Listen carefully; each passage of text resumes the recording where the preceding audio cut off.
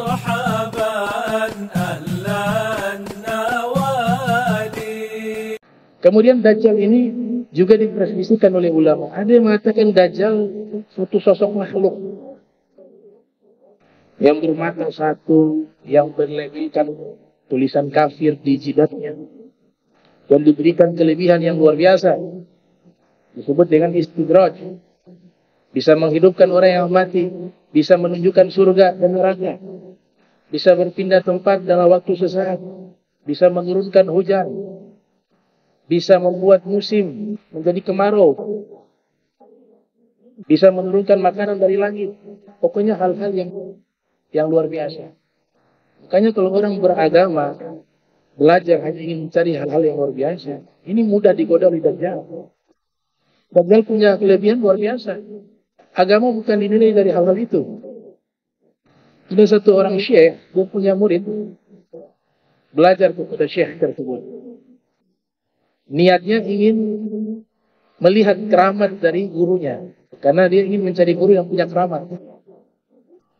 Ditunjukkanlah kepada orang, oh kalau guru yang keramat ini Fulan bin Fulan, kamu belajar sama dia, itu terkenal punya keramat. Jadi niatnya belajar mencari guru yang punya keramat. Padahal Dajjal punya istidraj yang dahsyat juga, seperti keramat, khawarikul adah, hal yang luar biasa. Maka murid tersebut belajar kepada sang guru, belajar bertahun-tahun, gak pernah lihat nih sang guru punya keramat. Akhirnya dia sudah mau mengundurkan diri nih, bukan guru yang benar, nih gak punya keramat. Ya, dia bilang, maaf ya syekh, saya mau mengundurkan diri, mau berhenti belajar. Kata syekh, kenapa? Mohon maaf, saya sebenarnya belajar pengen cari guru yang punya keramat, tapi bertahun-tahun saya belajar sama antum, gak pernah satu pun saya lihat keramat. Jadi saya mau mengundurkan diri. Maka sang syekh ini tersenyum. Dia mengatakan, ya waladi, wahai anakku, kamu pernah lihat saya bermaksiat tidak? Selama kau belajar sama saya.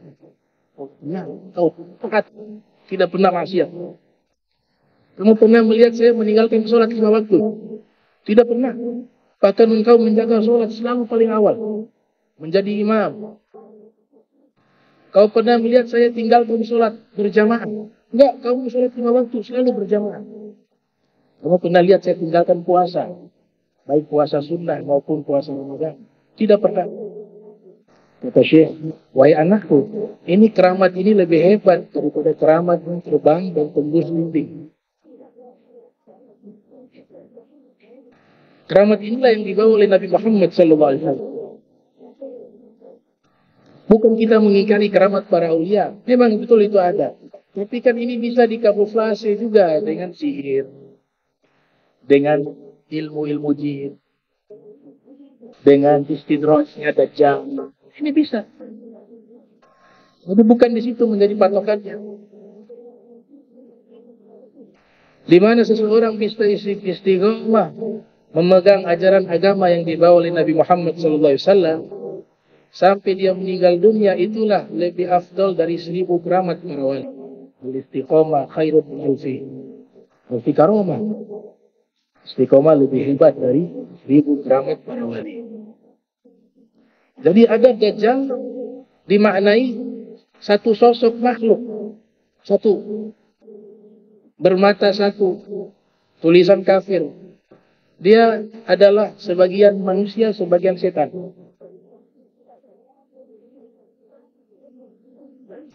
Lahir di masa Nabi Musa. Itu ada pendapat para ulama demikian. Ada yang mengatakan enggak, dia itu sejenis manusia. Bukan bangsa jin, bukan makhluk yang lain, enggak, manusia. Tapi orangnya memang manusia ini, manusia yang memang sudah diistidrajkan oleh Allah. Ada Ibnu Sayyad di zaman Nabi Muhammad SAW. Itu Nabi katakan, huwa Dajjal. Orang Yahudi. Ada orang Yahudi Dajjal. Ibnu Sayyad. Ada pendapat lainnya bahwa Dajjal itu bukan orang, tapi sistem dunia yang ingin menguasai dunia dengan ajaran-ajaran yang menyimpang. ajaran-ajaran yang punya hubungan dengan ajaran-ajaran syaitan. Ada yang berpendapat begitu. Tanya ada coba mencocok-cocokkan ada lambang-lambang mata satu, riuan, ini dan seterusnya ya. Wallahu a'lam, enggak bisa pastikan juga.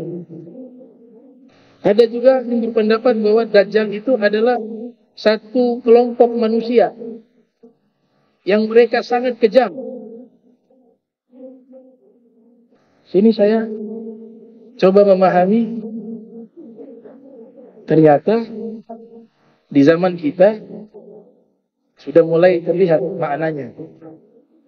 Zionis. Dalam hadis sahih riwayat Imam Muslim, Nabi mengatakan, "Yatba'ud Dajjal min Yahudi Asbahan 70,000." 70,000 dari Yahudi Asbahan. Mereka adalah pengikut setia Dajjal. Sekarang yang ada di Israel itu bukan orang asli sana. Kebanyakan dari luar, dari Asbahan. Subhanallah, Nabi sudah bersabda 1000 tahun yang lalu. Sekarang sudah terbukti apa yang disabdakan oleh Nabi Muhammad SAW. Nah, bisa jadi Dajjalnya presidennya apa? Presidennya yang sekarang. Oh, Dajjal memang itu. Bagaimana sangat kejam membantai anak-anak. Kaum perempuan sudah hampir berapa tahun? 2 tahun. Lebih jahat lagi kaum muslimin yang punya kemampuan seperti presidennya, pejabatnya. Mereka diam. Itu lebih kejam. Sayyidina Ali pernah mengatakan, saya tidak takut adanya orang jahat.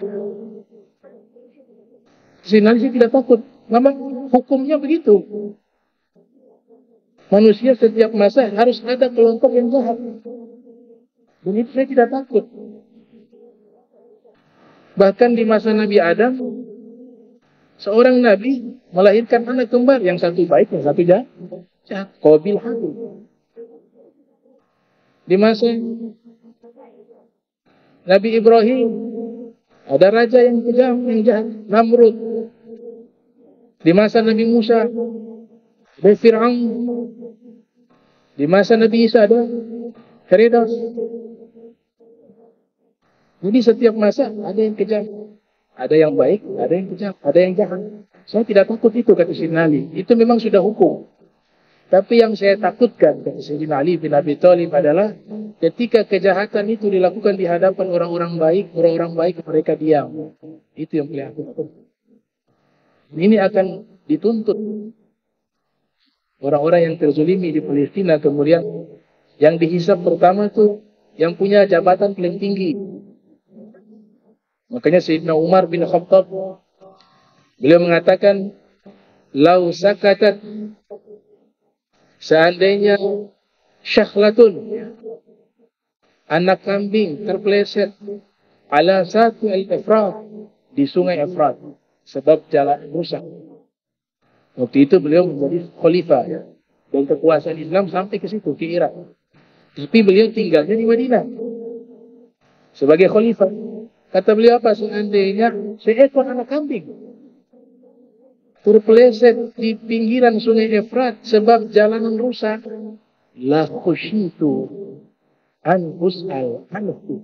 Saya sebagai pemimpin takut nanti ditanya oleh Allah. Bukan begitu. Itu konsekuensi sebagai seorang pemimpin. Dan yang mereka nih yang meninggal dibantai anak bayinya, semuanya nih, wanitanya, perempuannya, pejuangnya. Kemudian orang-orang Islam ini, presiden-presidennya ini semua pada diam sampai sekarang bertahun-tahun. Dituntut nanti di yaumil qiyamah oleh mereka. Kalau sudah dituntut di hadapan Allah, gak selamat. Dalilnya Al-Quran. Wa kadzalika ja'alnakum ummatan wasata litakunu syuhada 'alan nas wa yakuna ar-rasul 'alaikum syahida. Bahwa nanti umatku ini, sekelompok manusia dari umatku ini, mereka akan menjadi saksi di hadapan Allah. Kepada siapa? Kepada amal perbuatan seluruhnya, baik yang muslim maupun non-muslim. akan dituntut di hadapan Allah, ya Rabb, kami dibantai, anak-anak kami dibunuh. Mereka hanya nonton. Sampai saat ini, hati nuraninya sudah tidak ada. Jiwa keberaniannya tidak ada lagi. Ini masa namanya marhalah buih di lautan. Nabi katakan, umatku nanti di akhir zaman seperti buih di lautan. Jumlahnya banyak, tapi terombang-ambing oleh ombak. Dan dimangsa oleh musuh seperti tempat nasi. Kemudian orang yang lapar datang, merampas, mengambil. Mereka tidak berdaya. Kata sahabat, wahai Rasul, apakah jumlah umat Islam pada waktu itu mereka sedikit? Kata Nabi, tidak. Jumlah mereka sangat banyak. Bahkan mereka bagaikan buih di lautan. Tapi mereka kena penyakit wahan. Apa itu, wahai Rasul, penyakit wahan? Yaitu cinta dunia takut mati. Yang lain takut ekonominya diembargo, dihancurkan. Tidak takut ditanya sama Allah di yaumil qiyamah. Inna arsalnaka ilaika rasula syahida alaikum kama arsalna ila fir'auna rasula fa'asa fir'aunu rasula fa'akhaznahu akhdha wabila. Allah Ta'ala berfirman, kami telah mengutus pada kalian, kepada kamu seorang rasul menjadi saksi. Jadi setelah umat Islam ini yang terzolimi nanti, mereka menjadi saksi. Yang diseret awal nih pemimpin Islam. Kita masyarakat insya Allah tidak. Yang penting kita juga hatinya ingin ikut serta membantu, tapi tidak ada daya. Sudah ada seruan boikot, masih saja beli. Ini khawatir juga dihisap. Kamu jihad hanya apa? Jihad melawan selera makan, selera untuk belanja. Itu kamu tidak mampu. Terus nanti kalau diminta nyawa bagaimana? Harus ada rasa empati, rasa belas kasih, rasa ikut menderita, mendoakan. Yang menyumbangkan, pernah menyumbangkan, disumbangkan hartanya seterusnya. Insya Allah dengan seperti ini kita tidak dihisab oleh Allah Ta'ala. Ini demi Allah akan dihisab satu persatu. Ini yang jadi presiden dunia sekarang nih, negara-negara Islam, negara-negara Arab, negara-negara Islam ada. Mereka akan menyesal di yaumil qiyamah. Nabi sudah mengatakan kepada Abu Dzar Al-Ghifari bahwa ketika kau meminta jabatan, aku tidak kasih kepadamu. Bukan karena aku tidak suka. Aku sayang sama kamu. Karena jabatan itu hasratul yaumal qiyamah. Satu penyesalan yang sangat dahsyat di hari kiamat. Saya gak mau kamu mendapatkan penyesalan itu. Kenapa? Karena nanti yang dihisab pertama yang mereka ini. Ada yang hanya sekedar apa? Mengecam. Sampai nanti orang Palestina habis semua, dia masih mengecam saja. Ada yang retorika seakan-akan pejuang, padahal bohong. Hanya beberapa negara yang secara terang-terangan membela. Misalnya Yaman. Sekarang digiring orang untuk membenci Yaman, tapi yang membela Palestina, Yaman. Negara miskin. Ini saya luruskan nih. Fitnah-fitnah. Mengatakan bahwa Yaman negara miskin. Kata siapa Yaman negara miskin? Tetangga Yaman itu Oman. Yaman punya tetangga. Satu daratan. Itu lu pernah ziarah tahun 2006 ke makam kuburan Nabi Hud alaihissalam. Itu perbatasan dengan Oman. Oman negara kaya. Padahal hasil buminya tidak sehebat Yaman.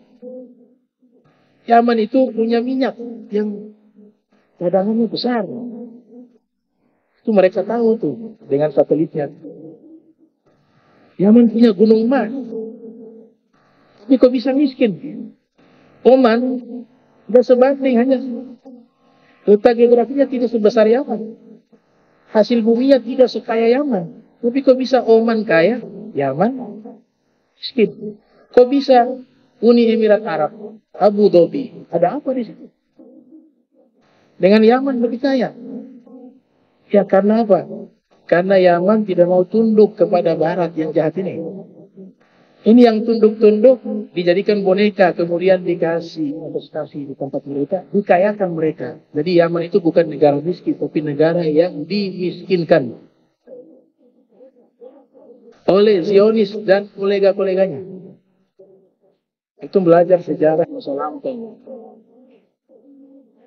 Ada dulu raja namanya Musa. Siapa namanya di Afrika? Itu termasuk orang kaya sedunia sampai saat ini. Belum ada orang sekaya itu. Seorang raja muslim dari Mali. Negaranya namanya Mali. Dia punya gunung emas.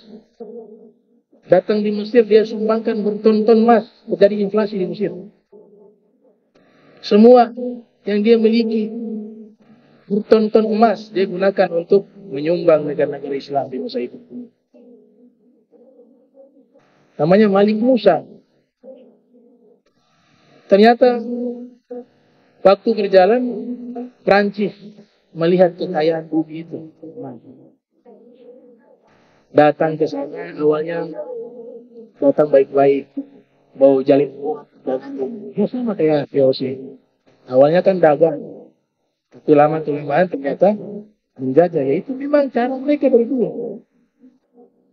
Setelah mereka berdagang masuk ke Mali, ada konspirasi dengan orang-orang dalam. Ini juga penyakit nih. Biasanya ada pengkhianat juga. Dari dulu keruntuhan peradaban Islam, baik khilafah Daulah Abbasiyah dan daulah-daulah lainnya, itu pasti sebabnya ada pengkhianat. Dan itu yang terjadi. Akhirnya raja dibunuh. Raja Malik Musa dibunuh, hartanya diambil. Kemudian harta yang banyak, Afrika itu kaya dengan emas, tambang, dan berbagai macam hasil bumi. Diambil, dikayakan negeri mereka. Prancisnya kaya, Afrika dimiskinkan. Sampai saat ini kita mendengar miskin itu Afrika. Tidak miskin mereka, mereka kaya tapi dimiskinkan oleh mereka-mereka ini yang mengaku hak asasi manusia, cinta hewan. Bohong semuanya, bullshit. Ada satu tokoh kemarin meninggal, mati, wafat. Kata tokoh perdamaian dunia, belum bisa layak disebut tokoh perdamaian dunia kalau masih sampai saat ini orang Palestina dibunuh, bayi-bayi masih dibantai. Gak pantas dapat gelar itu. Jadi memang kita harus kritis melihat berita. Sekarang yang di Suriah, ini juga termasuk bonekanya yang mengkudeta. Bashar Assad, ya kami tahu Bashar Assad punya rapot merah. Tapi punya juga nilai yang bagus. Orang yang tidak ada kompromi dengan Zionis, dengan sekutu, dengan Amerika, dengan Barat. Tidak ada kompromi. Dia mengirim di forum PBB, ada rekamannya sampai sekarang. Dia mengatakan apa? Saya akan mengirim senjata ke Palestina agar warga Palestina dan pejuang-pejuangnya bisa memerdekakan Palestina. Saya akan kirim senjata itu. Rapot merahnya ada, betul. Ini kudeta, ayahnya kudeta, presiden yang resmi pada waktu itu. Banyak orang juga dibantai pada waktu itu. Tapi pemberontak yang ada saat ini mengambil pemerintahan, ternyata makin ke belakang, makin terlihat jelas arahnya kemana. Nah itu yang terjadi di masa kita, di masa fitnah ini. Mudah-mudahan Allah Ta'ala jaga kita dari fitnah. Ya, tugas kita taat sama Allah. Gak usah takut dengan apapun. Toh kita juga akan meninggal dalam keadaan apapun. Mau dalam keadaan perang bisa meninggal, dalam keadaan tidak perang kita akan meninggal juga. Yang kita takut bukan meninggalnya kapan, tapi bagaimana cara meninggal kita. Allahumma inna nas'aluka husnal khatimah wa adatulum wa sa'atul afiyah. Allahumma ja'al jam'ana jam'an marhuma wa tafarraqna min ba'dihi tafarruqan ma'suma wa la tajal minna wa la minna shakilun mahruma. Subhanaka bihamdika wa astaghfiruka wa atubu ilaik. Wa sallallahu ala sayyidina Muhammadin wa ala alihi wa sahbihi wa sallam. Wa lakum minkum wassalamu alaikum warahmatullahi wabarakatuh.